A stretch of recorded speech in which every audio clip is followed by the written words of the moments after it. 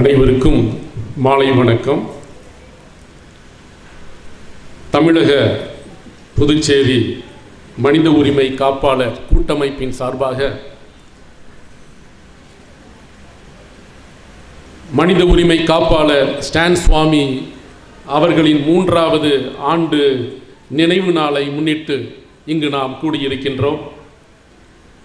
இந்த மேடையை அலங்கரிக்கக்கூடிய சான்றோர்களே, பெரியோர்களே, இங்கு வந்திருக்கக்கூடிய மனித உரிமை காப்பாளர் தோழர்களே, நாம் அனைவரும் இங்கு கூடி வந்திருப்பது என்பது தந்தை ஸ்டான் சுவாமி அவர்களை நினைவு கூறுவது மட்டுமல்ல, அவர் காட்டிச் சென்ற வழியை மீண்டும் மீண்டும் நினைவு கூர்ந்து நாமும் அவருடைய வழியிலே இன்றைய காலகட்டத்திற்கு ஏற்ற வகையிலே செயல்பட வேண்டும் என்ற ஒரு உறுதி ஏற்பை நாம் உறுதி செய்வதற்காக இங்கு கூடியிருக்கின்றோம். தந்தை ஸ்டான் சுவாமி அவர்களோடு இங்கு இருக்கக்கூடிய பலரும் மிகவும் நெருக்கமாக இருந்திருக்கின்றோம். வழக்கறிஞர் ஹென்றி டிஃபேன் தொடங்கி இன்னும் பலரும் அவரோடு நெருங்கி உறவாடி இருக்கிறார்கள், அவரோடு இணைந்து செயல்பட்டு இருக்கிறார்கள்.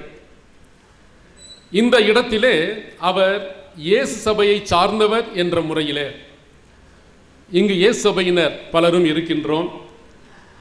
இங்கே மேடையிலே தந்தை ராஜ் இருதயா இருக்கிறார், முன்னால் அமர்ந்திருக்கிறார்கள். இயேசு சபையினர் என்ற முறையில் எங்களுடைய மூத்த சகோதரர் ஸ்டான் சுவாமி அவர்கள் எங்களுக்கெல்லாம் ஒரு மிகப்பெரிய ஒரு முன் மாதிரிகையாக வாழ்ந்து காட்டியிருக்கிறார் என்பதை மிகவும் ஆழமாக உணர்கின்றோம். 1987, 88வது ஆண்டுகளிலே தந்தை ஸ்டான் சுவாமி அவர்கள் பெங்களூரிலே இருக்கக்கூடிய இந்திய சமூக மையம், இந்தியன் சோஷியல் இன்ஸ்டிடியூட், அந்த மையத்தினுடைய பொறுப்பாளராக இருந்தார். அப்போது நான் படித்து கொண்டிருந்தேன். அவர் அங்கு நடத்தி கொண்டிருந்த 1 மாத கால சமூக பகுப்பாய்வு என்ற ஒரு பயிற்சிக்கு நானும் சென்றிருந்தேன்.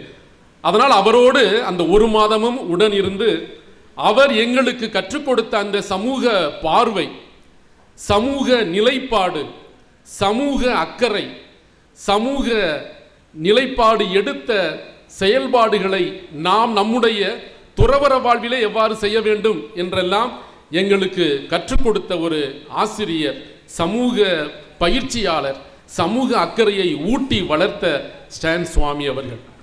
எனவே இந்த நேரத்திலே அவரை நான் நன்றியோடு நினைவு கூறுகின்றேன்.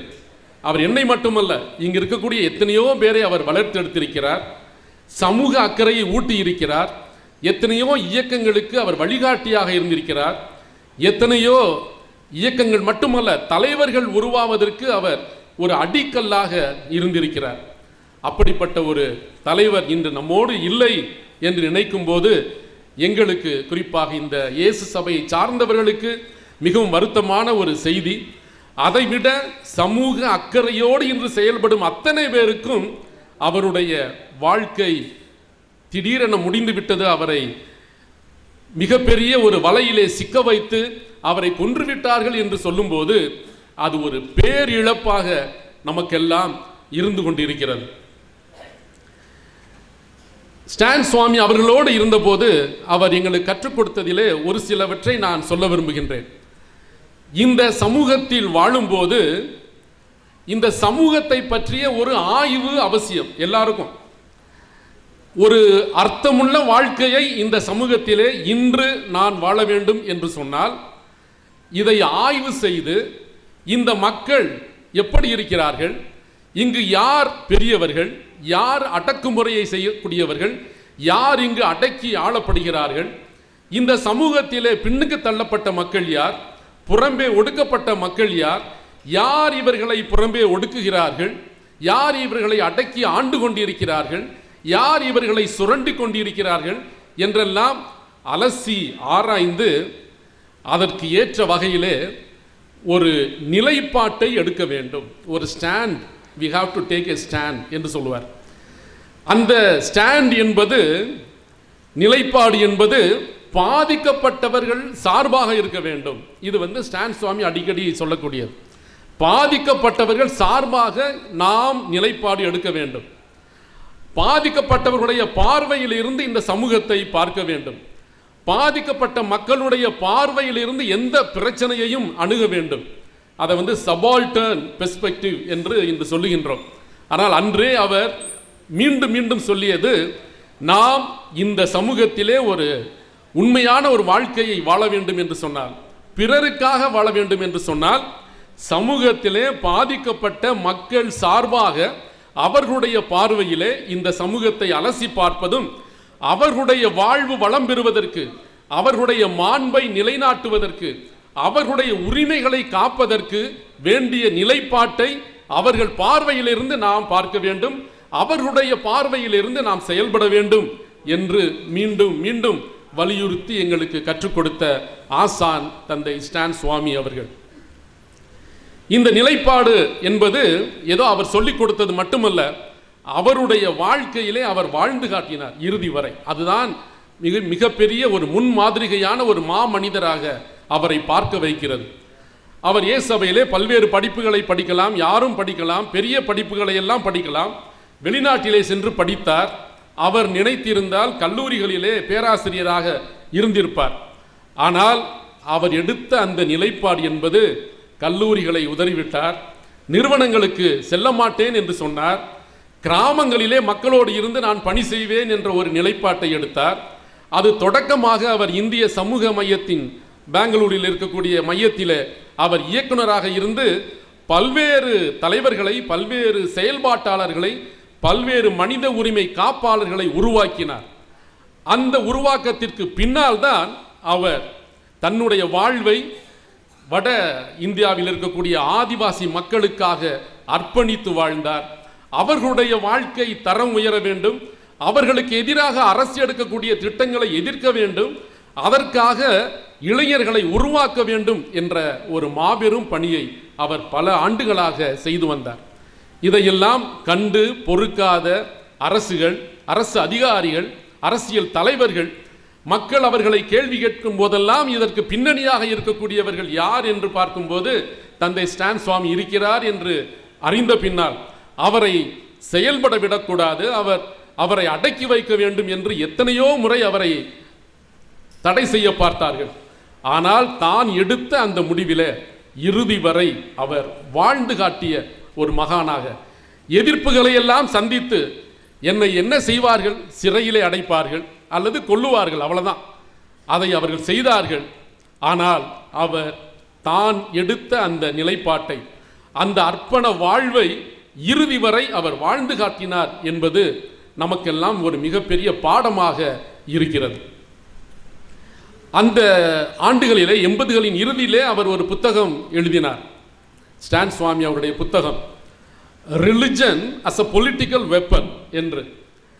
அதாவது மதம் என்பது ஒரு அரசியல் ஆயுதம், எவ்வாறு அந்த மதத்தை சரியான வகையிலே ஒரு ஆயுதமாகவும் பயன்படுத்தலாம், அழிவுக்கான ஆயுதமாகவும் பயன்படுத்தலாம் எந்த மதத்தையும் என்று அந்த நூலிலே எழுதியிருப்பார்.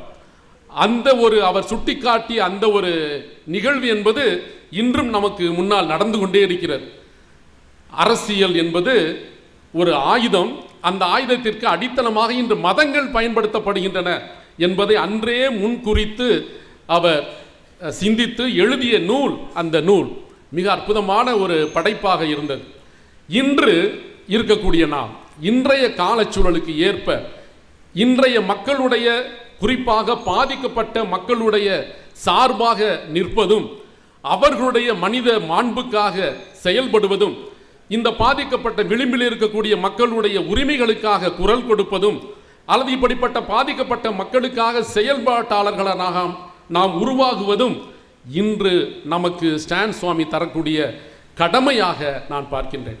அந்த கடமையை நிறைவு செய்ய வேண்டும், அந்த கடமையை செய்வோம் என்று உறுதியேற்க வேண்டும் என்பதற்காகத்தான் இந்த வீர வணக்க உறுதியேற்பு அரங்கம் இங்கு ஏற்பாடு செய்யப்பட்டிருக்கிறது. எனவே இந்த நாளிலே தந்தை ஸ்டான் சுவாமி ஒரு எங்களுடைய மூத்த சகோதரர், எங்களுக்கு மட்டுமல்ல இந்த இந்தியாவிலே அகில உலகிலே எங்கெல்லாம் மனித உரிமைக்காக யாரெல்லாம் குரல் எழுப்புகிறார்களோ அவர்களுக்கெல்லாம் அவர் ஒரு முன்மாதிரிகையாக, அவருக்கெல்லாம் ஒரு முன்மாதிரியாக வாழ்ந்து காட்டிய ஒரு மாமனிதராக, மனித உரிமை காப்பாளர்களுக்கு ஒரு உடன் பயனாளியாக அவர் இன்றும் இருந்து கொண்டிருக்கிறார். அவரோடு சிறையிலே வாடிக்கொண்டிருக்கக்கூடிய இன்னும் அந்த 16 நபர்களும் இவரைப் போலவே அவர்களும் செயல்பட்டவர்கள், இவரோடு இணைந்து செயல்பட்டவர்கள். அவர்களும் இத்தகைய ஒரு நிலைப்பாட்டை பாதிக்கப்பட்ட மக்கள் சார்பாக எடுத்தவர்கள். அவர்கள் சார்பாக செயல்பட்டதனால் அவர்கள் இன்று சிறையிலே வாடிக்கொண்டிருக்கிறார்கள் அவரை போல. இப்படிப்பட்ட மனிதர்களை, மாமனிதர்களை, மனித உரிமை காப்பாளர்களை நாமும் காக்க வேண்டும்.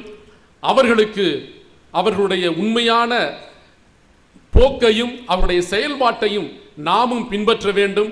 அவர்களுடைய மனித உரிமை காப்பாளர்களாகிய அவருடைய செயல்பாடுகள் நம்முடைய செயல்பாடுகளாக மிளிர வேண்டும்.